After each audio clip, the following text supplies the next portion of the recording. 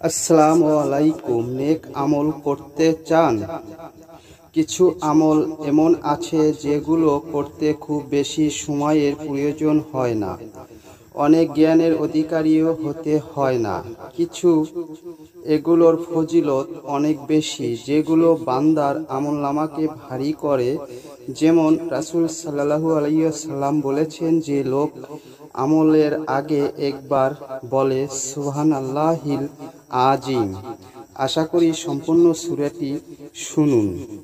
আল্লাহুম্মা ইন্নী আসআলুকা বিআন্নী আশহাদু আন্নাকা আনতাল্লাহু লা ইলাহা ইল্লা আনতা আহাদুস সামাদুল্লাযী লাম ইয়ালিদ ওয়া লাম ইউলাদ ওয়া লাম ইয়াকুল লাহু কুফুয়ান আহাদ।